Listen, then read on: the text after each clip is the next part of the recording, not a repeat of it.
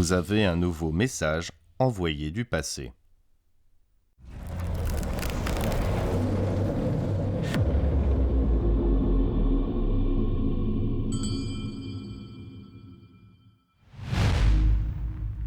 Ce style de heurtoir se trouvait généralement sur les grandes portes. Néanmoins, le heurtoir de jade du musée du mausolée Morling est unique en son genre. Au centre de ce tourbillon de nuages apparaît la gueule d'une bête féroce. Bien que l'anneau du heurtoir ait disparu, la figure est encore impressionnante. Au dos, un bouton carré muni d'un trou permet de barrer la porte.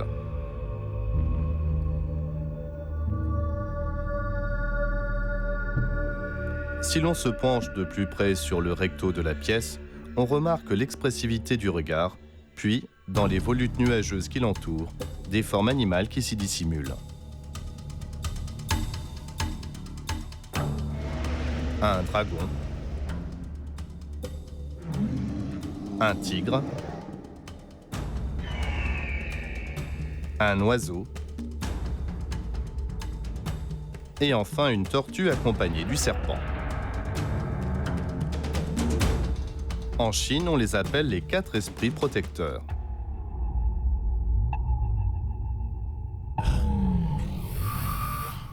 Observer les étoiles a permis de décupler l'imagination des anciens Chinois. Sur les cartes du ciel d'alors, les 7 constellations de chacun des 4 points cardinaux rappelaient les figures des 4 esprits protecteurs. Les 4 points cardinaux étaient donc symbolisés par 4 animaux et 4 éléments. Le dragon est l'esprit protecteur de l'Orient. Il est de couleur bleue et on l'associe au bois. Le tigre domine l'Ouest. Il est de couleur blanche et associé au métal. L'oiseau à plumage vermillon est maître du Sud et appartient à l'élément du feu.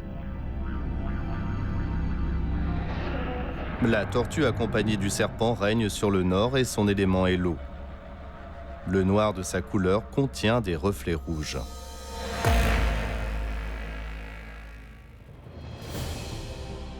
Il y a plus de 2000 ans, sous la dynastie des Han, le ciel et la terre sont le reflet de l'un et de l'autre. Les esprits protecteurs se manifestent sur terre à travers les 4 points cardinaux. Lorsqu'on part en guerre, les 4 esprits se précipitent pour se retrouver sur les bannières flottant au vent. L'oiseau vermillon dirige l'avant-garde. La tortue noire se place à l'arrière-garde, le serpent vert se place sur le flanc gauche et le tigre blanc sur le flanc droit. La bataille fait rage sur la terre comme au ciel. Voilà les 4 esprits qui foulent la terre. Alors que l'on construit villes et palais, on se met à les représenter sur les avant-toits à la fois pour indiquer les points cardinaux et pour servir de protecteurs. On les retrouve aussi sur les stèles à l'intérieur des chambres mortuaires et même lovés sur de petits miroirs de bronze.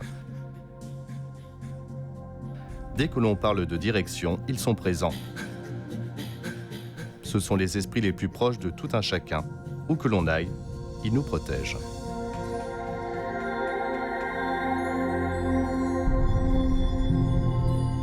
Mais ici, ce sont des points cardinaux et l'esprit vif. Les 4 esprits du heurtoir de jade s'échappent joyeusement de leur emplacement d'origine. Les esprits du nord et du sud viennent ainsi se placer de part et d'autre du visage bestial, comme s'ils planaient entre les nuages. On remarque alors que, par-delà la férocité de la bête, se devine une once de tendresse. Tout ce courant de vie sous-jacent est sorti des mains mêmes des artisans de la dynastie Han. Le jade n'est d'autre que l'essence de la terre. Lorsque ces artisans ont gravé ce dragon, ce tigre, cet oiseau et cette tortue céleste sur ce morceau de jade, c'est la volonté du ciel qu'ils ont accomplie. Peut-être que les anciens Chinois se plaisaient à imaginer qu'il s'agissait du heurtoir de la porte vers l'au-delà. Un heurtoir qui nous fait lever les yeux vers le ciel dans l'espoir d'apercevoir les 4 esprits. Ce morceau de jade, résidence des 4 esprits, n'est autre qu'un coin du ciel bleu. Les esprits silencieux qui y planent et y tournoient nous indiquent la direction à suivre, le regard tourné vers l'univers. De nouveaux messages du passé attendent d'être lus.